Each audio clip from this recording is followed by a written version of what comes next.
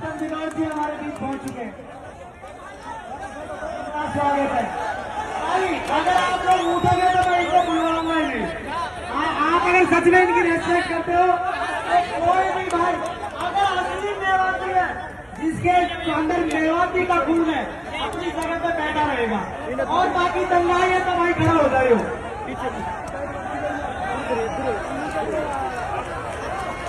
कोई भाई चिल्लाएगा नहीं। हमारी बना दिया बैठे हैं सम्मान बैठा है और हमारा अनुशासन ही जिता पाएगा। अगर मेवाती का खून हो तो एक जगह बैठे रहेंगे, शांति से सुनेंगे। समय का शोल्डेज है, वक्त का ध्यान रखें।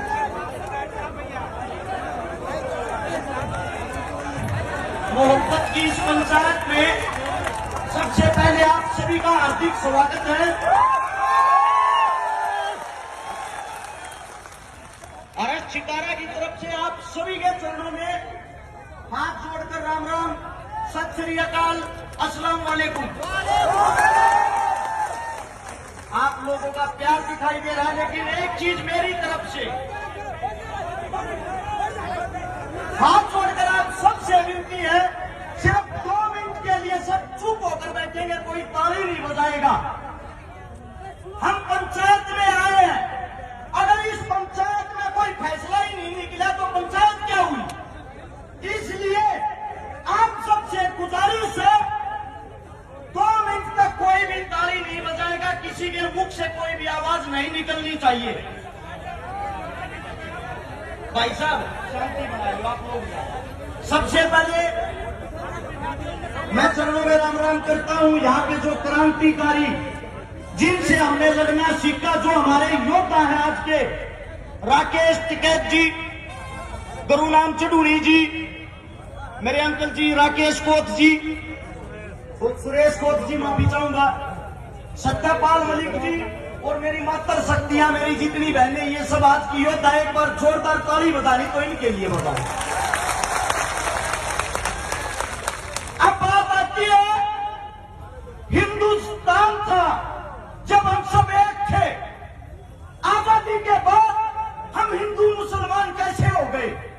हमारे को सर्टिफिकेट कौन बांट रहा है? वो संघ जिसने अंग्रेजों की खाकी चड्डी पहननी शुरू की। खाकी चड्डी पहनकर वो संघ हमारे को सर्टिफिकेट दे रहा कि तू हिंदुस्तानी है, तू हिंदू है, तू मुसलमान है। मैं एक बात कहता हूं, अगर किसी के पास हो इस महफिल के अंदर, अगर संघ के अंदर किसी ने कोई कुर्बानी दी हो, संघ वाले किसी आदमी ने आजादी के लिए कहीं खून पाया हो, उसका नाम मुझे बताना, अपने ऑफिस में फोटो लगवाऊंगा। एक आदमी ढूंढ के बता देना। संघ तो वो बड़ा नंग है जिसने हमारे को अलग कर दिया। अब बात आती है मेवात और मेवातियों की। मेवाती लोग मेरे कौन है? सबसे पहले हिंदुस्तान की जो गिनती हुई जनसंख्या की 1971 और 72 में, उस टाइम आप लोगों की गिनती करी गई हिंदुओं में। 1901 में दोबारा से गिनती हुई।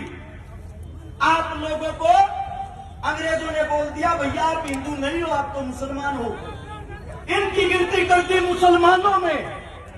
फिर 1926 के दौरान, 2526 के दौरान इन पर ठप्पा लगा दिया कि आप सब मॉडर्न हैं। भाई साहब मैं बैठा दूंगा, बच्चों बैठ जाओ, नीचे बैठो, शांति बना लो यार, कमाल कर रहे हो, अपने आदमी प्रोग्राम बिगाड़ोगे। हाथ जोड़कर विनती, आवाज नहीं आनी चाहिए, आप सभी से विनती है।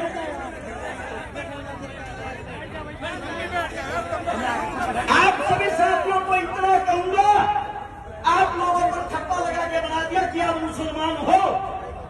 1947 में जब हम आजाद हुए, आजाद के बाद एक मिनट, हमारे बीच में एक गुजरों को टोल किट के रूप में इस्तेमाल करते हैं। यहाँ मेवात में एक बड़े भाई, वैसे तो मैं भी आपके बीच में गुजरी था, पर गुजरों की तरफ से प्यार मोहब्बत का पैगाम लेकर उत्तर प्रदेश से समाजवादी पार्टी के विधायक चौधरी अतुल प्रधान जी हमारे बीच में प्रधान जी, हम स्वागत करता हूँ।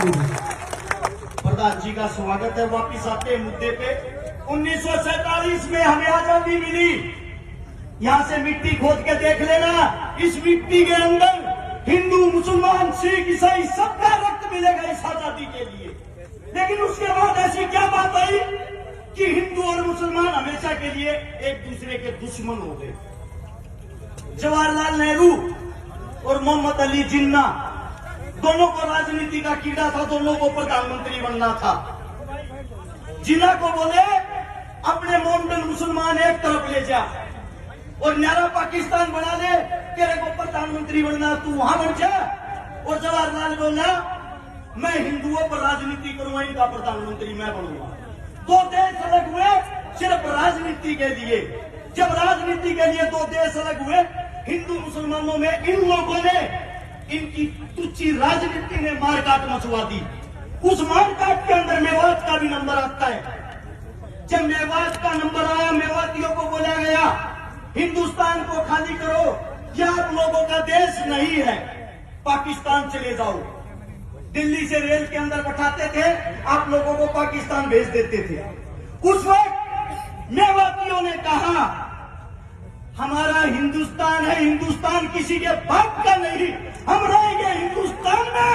और अगर पाकिस्तान लेके जाना है तो हमारी लाश को लेके जा सकते हो, जिंदा मेवाती को नहीं।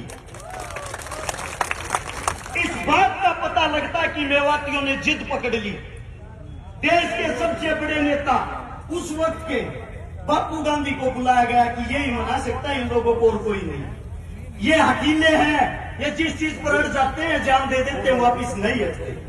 आपके मेवात नू के अंदर घासेड़ा गांव है, वहां पे बापू गांधी जी आए।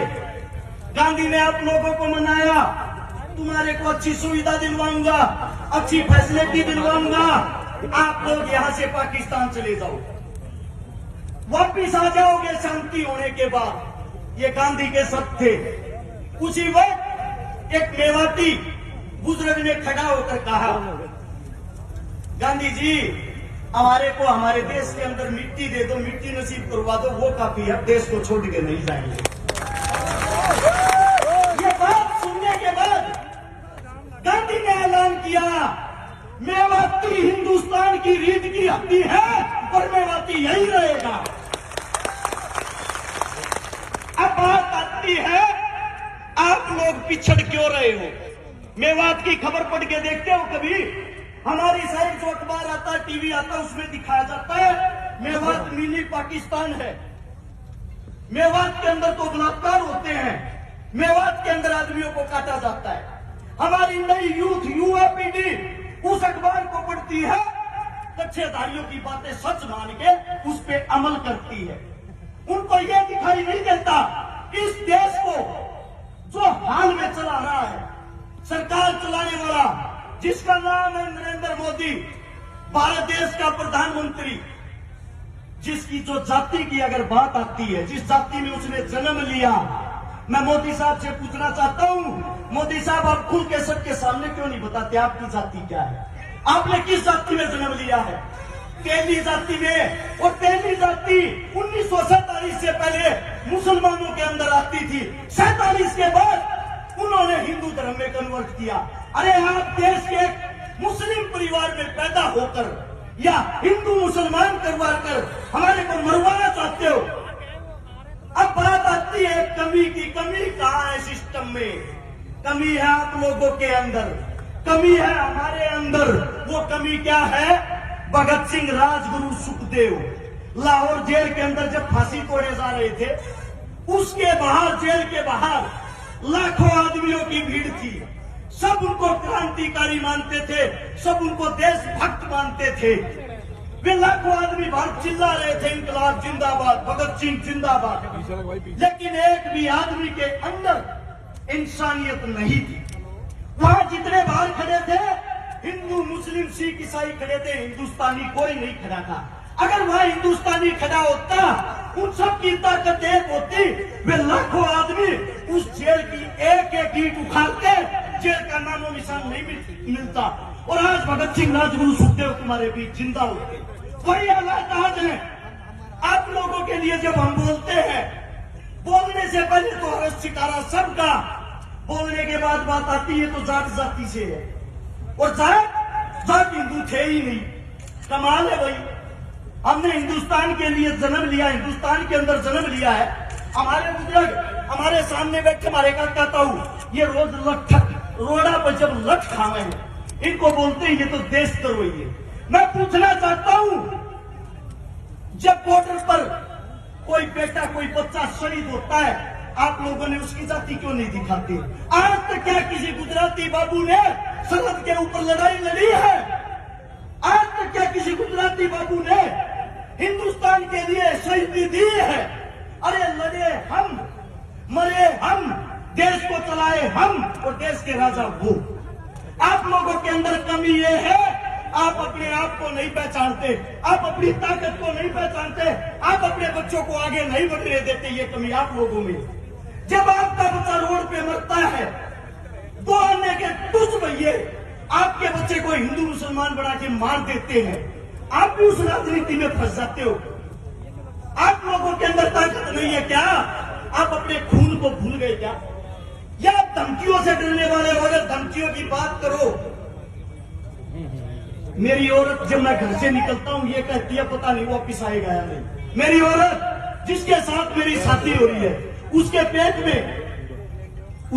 में दूसरा बच्चा है, मेरे को यह भी यकीन नहीं है मैं उसका मुंह देख पाऊंगा या नहीं। जिस दिन से नूह मेवात के ऊपर मैं बोला, मैंने शुरुआत की ऐसी ऐसी धमकियां ऐसे ऐसे आदमियों की, सुबह मार देंगे शाम मार देंगे, फिर भी मैं एक बात कहता हूं इस सरकार को, समय तुम्हारा राज तुम्हारा हिम्मत है तो मार लेना। अगर मेरा बुजुर्ग जाग गए, इनका समय आ गया, इन लोगों ने हमारे को ताकत दे दी, हम भागने का मौका नहीं देंगे। फैसला आप लोगों ने करना है। अरे इस देश का राजा किसान होता है, किसान। इस देश को संभालने वाला किसान का बेटा जवान होता है। और आप लोग अपनी ताकत भूलकर हिंदू मुस्लिम जाट ब्राह्मण में फंसकर उन लोगों के बहकावे में आए हुए हो। चारों तरफ से धरती माप लेना, हर 7 किलोमीटर पर एक मंदिर मिलेगा, हर 12 किलोमीटर पर एक मस्जिद मिलेगी, हर 5 किलोमीटर पर पीर बाबा मिलेगा। मैं आप सभी साथियों से एक बात पूछना चाहता हूं, सच बताना, दिल से बताना, क्या एक भी हिंदुस्तान का राजा शिक्षा, स्वास्थ्य, रोजगार, पढ़ाई लिखाई की बातें करता है? जरूरत ही नहीं, क्योंकि उनको मजा आ गया है। हिंदू मुस्लिम उनकी खुराक हो गई है। आप लोगों को लड़ाओ, कुर्सी पाओ और फिर आप लोग भाड़ में जाओ। अरे आप लोग कब जागोगे?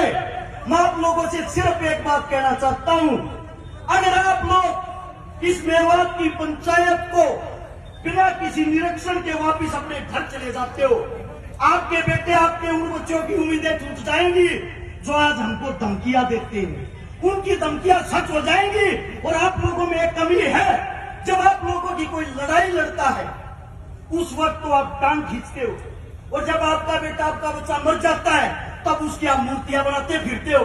अरे जीते जी अपने का हाथ पकड़ के क्यों नहीं खींचते, टांग पकड़ना छोड़ के? मैं सभी साथियों से यह कहता हूं, जो भी बुद्धिजीवी बोले वो बातें मुद्दे की करे, हिंदू मुसलमान की करे, नूह मेवात की करे, ताकि सरकार को पता लग जाए जो आप भगाने वाली कला सीख रहे हो वो अब नहीं चलेगी आप लोगों की। और एक नारा जोरदार, हम सब एक हैं। मैं बोलूंगा हम सब, आप लोग बोलोगे एक हैं। पता लगना चाहिए कुर्सी के ठेकेदारों को। चलो आप कुर्सी पे बैठ नहीं सकते, उस कुर्सी को हिलाने की हिम्मत तो रखो। हम सब एक हैं, हम सब एक हैं। इंकलाब जिंदाबाद, इंकलाब जिंदाबाद। कोई मेरे मुख से गलत शब्द गलत बात निकली हो, आपका बच्चा आपका बेटा हूं, हाथ जोड़ के आपके चरणों में माफी चाहता हूं। राम राम, नमस्कार, जय हिंद।